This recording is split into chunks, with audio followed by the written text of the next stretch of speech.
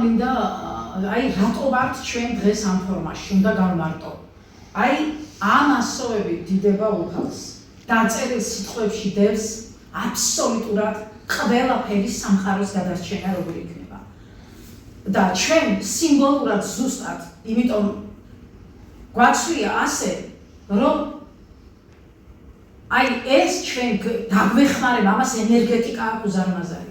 ეს არის სამყაროს ენა.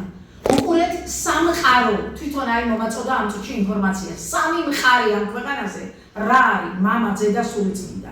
სამშობლო, ერთს რომელსაც უყურეთ სამი მშობელი უფალი ყავს. აქაც მამა, ძე და სულიწმინდა. სამშობლოს სამშობლო, სამივე მშობელი შენია. მეგრულად კიდე მამულიო, ხო ქართულად არის. მე მოვალო, მეუბნება უფალი თვითონ. მამულია მოვალო. და რა არის გამოვა? მართალი სიტყვა მოვა.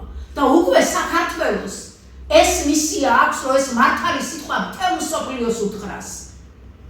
სამსახურიო, სამს უნდა ემსახურო რას? მამას, ძეს და სულიწმინდას, ანუ უფალს, ხო? ვერავინ ვერ გაიმართლებ თავს და ამ სამსახურებში არ აქვს მნიშვნელობა დედა ხარ, ხო?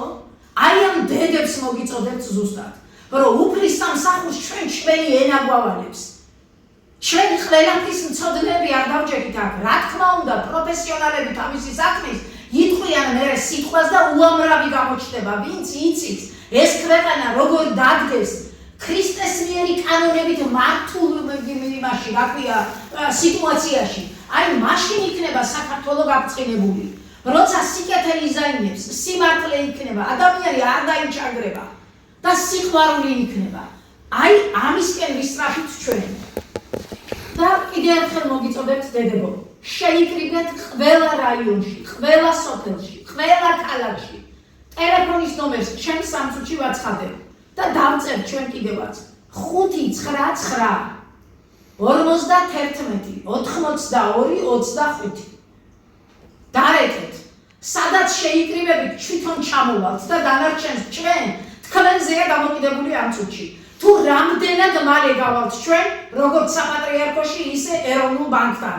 ჩვენი სამიზნე ეს არის, არაფერი საქმე არ აქვს არც პრემიერ-მინისტრთან, არც პარლამენტის თავმჯდომარესთან და არც პრეზიდენტთან.